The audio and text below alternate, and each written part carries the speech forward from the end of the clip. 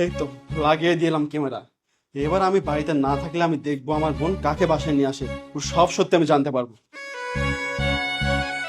আরে ভাইয়া, এত সকাল সকাল তুমি ব্যাগ নিয়ে কোথায় যাচ্ছ? ও হ্যাঁ, তোকে তো একটা কথা বলতে ভুলে গেছি। আসলে আমার ঢাকার বাইরে কিছুদিন একটা ইম্পর্টেন্ট কাজ পড়ে গেছে, এই জন্য আমি 2-3 দিনের জন্য ঢাকার বাইরে যাচ্ছি। তুই কিন্তু এই কদিন খুব সাবধানে থাকবি, হ্যাঁ? আর বাসায় যদি কোনো অপরিচিত মানুষ এসে ভুলেও ঢুকতে দিবি না, বুঝতে পেরেছিস? আরে ভাইয়া, তুমি কোনো টেনশন নিও না, আমি নিজের খেয়াল খুব ভালো মতোই রাখতে পারবো। তুমি নিজের খেয়াল রেখো, ঠিক আছে? আচ্ছা ঠিক আছে, ভালো থাকিস। যাক, ভালোই হয়েছে।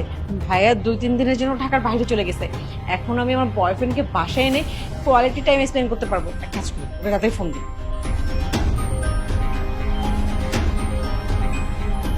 হ্যালো, হ্যাঁ, কোথায় তুমি?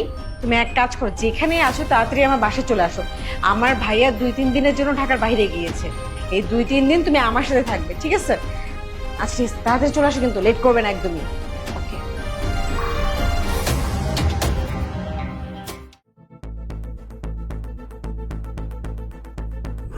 বেবি, চলে এসছি আমি। আরে তুমি ওইখানে দাঁড়িয়ে কেন? আমার কাছে আসো। আরে সেটা বলতে হয়, এখনই আসতেছি।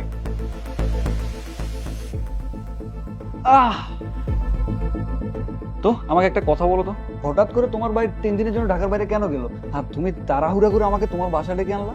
আরে ভাইয়া 3 দিনের জন্য ঢাকার বাইরে গিয়েছে একটা কাজে, আর ভালোই তো হয়েছে সে গিয়েছে, তাই না? এখন থেকে 3-4 দিন তুমি আমার এখানেই থাকবে। উফ রে, গেছে ভালো হয়েছে। এদিকে আমরা দুজন একটা কোয়ালিটি টাইম স্পেন্ড করতে পারবো, তাই না? চলো বেডরুমে যাই। সেটার জন্য তো এতদিন অপেক্ষা করছিলাম। আরে ওয়েট করতেছো কেন? চলো। আরে তারা তারা, এটা তারা কিসের? নিজের চরিত্রটাকে কালো করার জন্য উঠে পড়ে লেগেছে। ভাইয়া, তুমি না ঢাকার বাইরে গিয়েছিলে, তাহলে বাসা কি করছো এখন? হ্যাঁ আসলাম, তাতে কি হয়েছে? তোর অনেক বড় ক্ষতি হয়ে গেল। আরে আমার বাসা আমি যখন ইচ্ছে তখন আসবো, আর যখন মন চাবে তখন চলে যাবো। তাহলে তোর কি? হ্যাঁ, ও বুঝতে পেরেছি, আমি মনে হয় চলে আসি, তোর অনেক ক্ষতি হয়ে গেল, তাই না? আমি নাই, এসব তুই অন্য একটা ছেলে নিয়ে এসে প্রশ্ন নষ্ট করছিস। না না ভাইয়া, তুমি যেরকমটা ভাবতেছো চিন্তা করতেছো এরকম কিছুই না।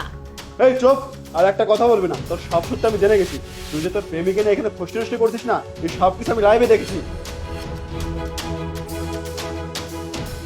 এই যে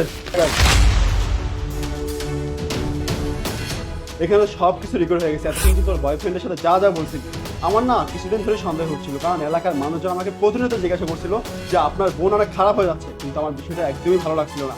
আমি তাদেরকে উল্টাপাল্টা কথা বলতাম যে আমার বোনের ব্যাপারে আমার 100% শিওর আছে যে আমার বোন এমন কাজ করতে পারে না, কিন্তু তুই তুই আমার পিঠ পিছে এসব করে বেড়াস। তাই আমি নিজের হাতে তোকে ধরার জন্য এই নাটকটা করেছি। আরে বেবি, তুমি এই 2টা দিন কই ছিলে? তুমি জানো আমি তোমাকে কত মিস করেছি। এই 2টা দিন আমার কত কষ্ট হয়েছে তোমাকে ছাড়া থাকতে। আরে জান, আমিও কি কম মিস করছি তোমাকে? আমিও তো অনেক মিস করছি, কিন্তু কি করবো বলো, আমার ভাইয়ার জন্য তো আমি তোমার সাথে টাইম স্পেন্ড করতেই পারি না। আরে এটা তো সাকিব ভাইয়ের বোন, ও এখানে কি করছে? আবার সাথে একটা ছেলেও, মনে হয় বয়ফ্রেন্ড। এই বিষয়টা সাকিব ভাইকে জানাতে হবে। যাই এখান থেকে। আরে ভাই, আমি আপনাকে খুঁজছিলাম। কি কথা বলবি বল। ভাই, আমি আজকে আপনার বোনকে পার্কে দেখলাম, একটা লাম্বু করে একটা ছেলের সাথে হাতে হাত রেখে বসে আছে। আমার মনে হয় ওটা আপনার বোনের বয়ফ্রেন্ড।